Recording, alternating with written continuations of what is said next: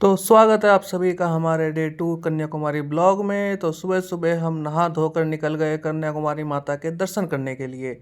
और जैसा कि आप सामने देख रहे हो, ये सामने ही मंदिर है, बट हमें पता नहीं था और हम गलती से लेफ्ट मुड़ गए आगे जाकर, और फिर हमने पूरी मंदिर की एक तरीके से परिक्रमा लगा के फिर वापस मंदिर में एंट्री करी। और ये है यहाँ का सनराइज़ पॉइंट।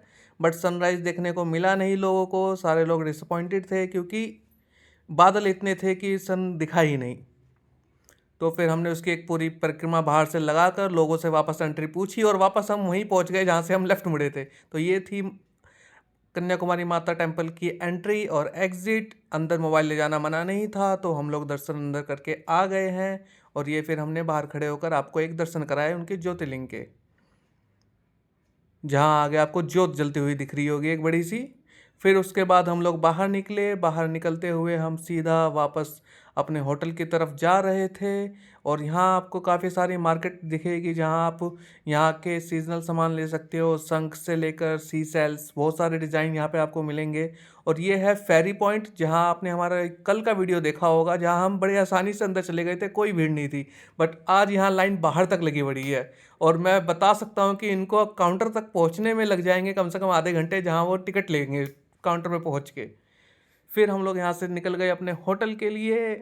और यहाँ बचे हुए आधे दिन में मुझे क्या करना है ये मैंने पहले ही प्लान कर लिया था। यहाँ आसपास 10-12 घूमने की जगह है जो लोकल कन्याकुमारी में आप घूम सकते हैं, जिसके लिए हमारे होटल मैनेजर ने रिकमेंड किया था कि आप मिनी शेयरिंग वैन से जाएं, जिसका किराया मात्र 200 रुपये पर पर्सन था। तो हमने 400 रुपये देकर वो मिनी शेयरिंग वैन में अपनी सीट बुक करी और फिर निकल पड़े लोकल टूर के लिए। कई बार सीट खाली नहीं होती, इसलिए आपको ये बुकिंग एक दिन पहले ही करा लेनी चाहिए। ये 2 बार निकलती है, एक सुबह 9 से 1 बजे तक और एक शाम को 3 से 7 बजे तक के लिए। तो हमने मॉर्निंग वाली शिफ्ट कराई थी। और यहाँ हम सबसे पहले पहुँचे थे मायापुरी। मायापुरी में आपको वैक्स स्टैचू देखने को मिलेंगे और 3D पेंटिंग्स दिखेगी, जहाँ आप बहुत ही वंडरफुल फ़ोटोज़ खींच सकते हो, जो कि बहुत ज़्यादा अच्छे लगते हैं। बट यही है कि हमें फ़ोटो का एंगल कैसे लेना है, वो कैसे लेना है, ये पता नहीं होता है। बट यहाँ पे इन्होंने अपने जो केयर टेकर्स होते हैं वो मौजूद होते हैं, और वो आपकी फ़ोटो खींचते हैं और वो आपको बताते हैं किस किस एंगल में आपको बैठना चाहिए, किस एंगल में नहीं। अभी आप देख सकते हैं यहाँ पे ये सब वैक्स स्टैचू है बड़े बड़े सेलिब्रिटीज़ के, कुछ पॉलिटिशियंस हैं, कुछ एक्टर्स हैं, बहुत सारे। और फिर उसके बाद आप देखोगे कि यहाँ पे 3D पेंटिंग से, और ये सारी फ़ोटोज़ हमारी उन केयर टेकर्स ने खींची है जो यहाँ पर मौजूद रहते हैं। और वो आपकी फ़ोटोज़ खींचते हैं, वो आपको बताते हैं कि ऐसे बैठना चाहिए।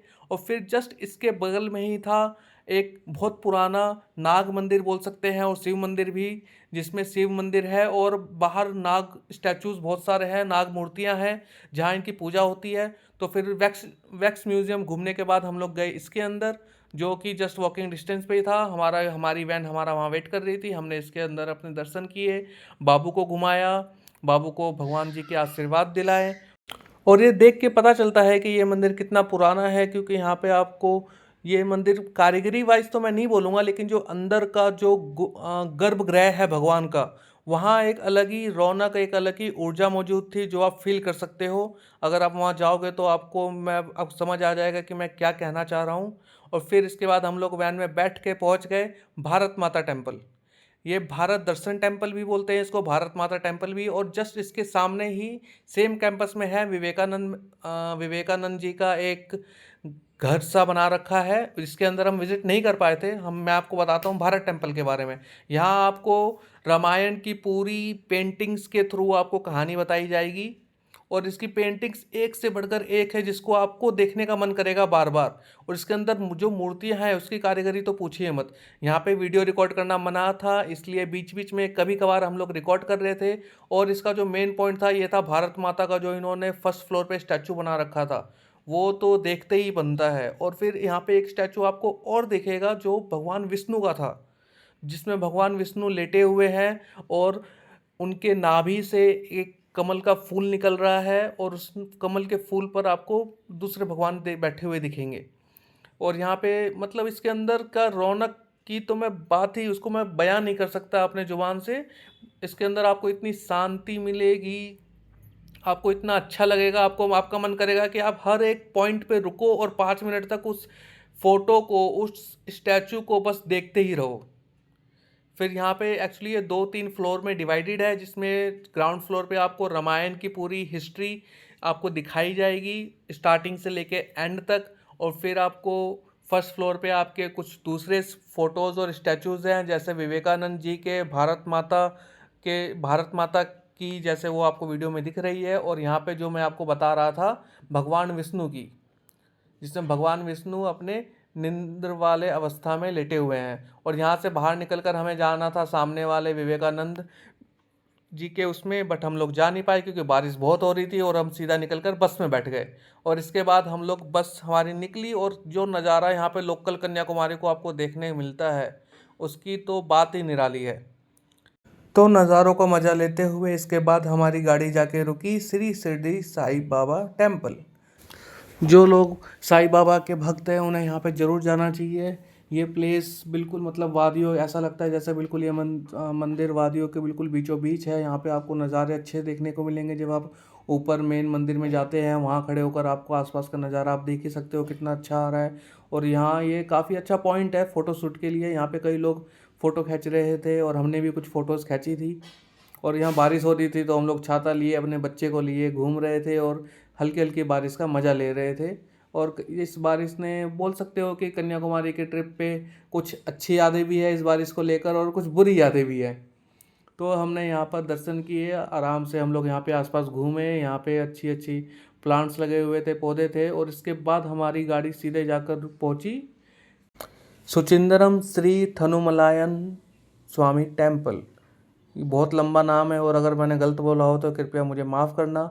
और लेकिन मैं ये कह सकता हूँ कि ये टेम्पल माता कन्याकुमारी टेम्पल के बाद या उनके बराबर में सबसे पुराना और यहाँ का मेन अट्रैक्शन और मेन मंदिरों में से एक है। और जैसा कि आप देख ही सकते हो कि मैंने ऊपर टी शर्ट नहीं पहन रखा है, क्योंकि इसके अंदर टी शर्ट या शर्ट पहन के जाना अलाउड नहीं है मर्दों का, आपको खोलना पड़ता है। और सेम माता कन्याकुमारी मंदिर में भी यही है, आपको टी शर्ट या शर्ट आप ऊपर पहन के नहीं जा सकते, आपको खोलना पड़ता है इन दोनों टेम्पल के लिए।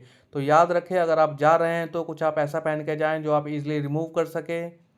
और फिर हमने यहाँ पे कुछ फ़ोटोज़ खींचे, और फिर इसके बाद हम लोग वापस बस में बैठ गए। और फिर हमारा नेक्स्ट स्टॉप था तिरुपति टेम्पल।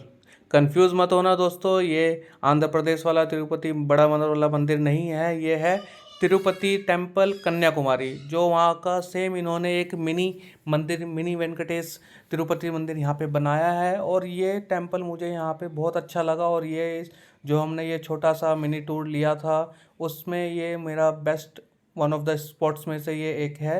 क्योंकि यहाँ पे जो आप मतलब जो आपके यहाँ पे एक फील करते हो इस मंदिर के अंदर जाकर, या इस मंदिर के इस फ्लोर पे जब आप घूमते हो, तो क्या ही कहने हैं इसके। जैसा कि आप देखोगे कि हमने यहाँ पे मंदिर के अच्छे से दर्शन करे। अंदर पंडित जी भी बहुत अच्छे थे, उन्होंने हमारे लिए हमारे नाम पूछ कर हमारे लिए एक पूजा भी करी छोटी सी। और फिर हमने इसके बाहर चारों तरफ परिक्रमा लगाई। और ये बिल्कुल बीच के किनारे है, यहाँ बीच पे जाने का रास्ता इधर से नहीं है, वरना हम लोग ज़रूर जाते। तो फिर हमने यहाँ ऊपर खड़े होकर, और तब तक में हमारा बच्चा भी उठ गया, तो हमारे बच्चे ने भी फिर बाद में यहाँ पे बहुत मस्ती करी। और जो हमने लोकल साइट सीइंग का ये मिनी पैकेज लिया था उसका ये लास्ट स्पॉट था। तो फिर इसके बाद हम लोग सीधा पहुँचे अपने होटल। और फिर होटल से पहुँचने के बाद कुछ देर रेस्ट करने के बाद हम लोग वहाँ से निकल गए पैदल ही सनसेट देखने के लिए। और उससे पहले हम लोग पहुँचे shrine of our lady of ransom church. ये चर्च यहाँ का one of the best church में से एक है, जहाँ लोग दर्शन करने ज़रूर जाते हैं, भले ही वो किसी भी धर्म के हो। हम भी यहाँ पे गए थे, कुछ देर बैठे थे, बट हम हमारे बच्चे के वजह से यहाँ पे ज़्यादा देर बैठ नहीं पाए, क्योंकि हमारा बच्चा एक जगह पे बैठता ही नहीं था, क्योंकि वो वहाँ पे शोर मचा रहा था, अपनी मौज मस्ती में लगा हुआ था। और फिर हम लोग वहाँ से निकल कर पहुँचे the last road of India, जो कि चट्टानों से बना हुआ समुद्र के ऊपर एक छोटा सा रास्ता जा रहा है, जो चर्च के पीछे ही है और बीच के पास ही है। तो हमने यहाँ पर अपना आराम से अपने आधा घंटा 1 घंटा हमने यहाँ पे टाइम स्पेंड करा, नज़ारे देखे। और फिर उसके बाद हम लोग निकल गए बैग उठा के स्टेशन की तरफ। तो बने रहिए हमारे साथ देखने के लिए कि आगे हम किस डेस्टिनेशन पर जाकर हमारी ट्रेन रुकती है, आपको बहुत मज़ा आएगा। So like and subscribe, let's meet in our next video, bye bye.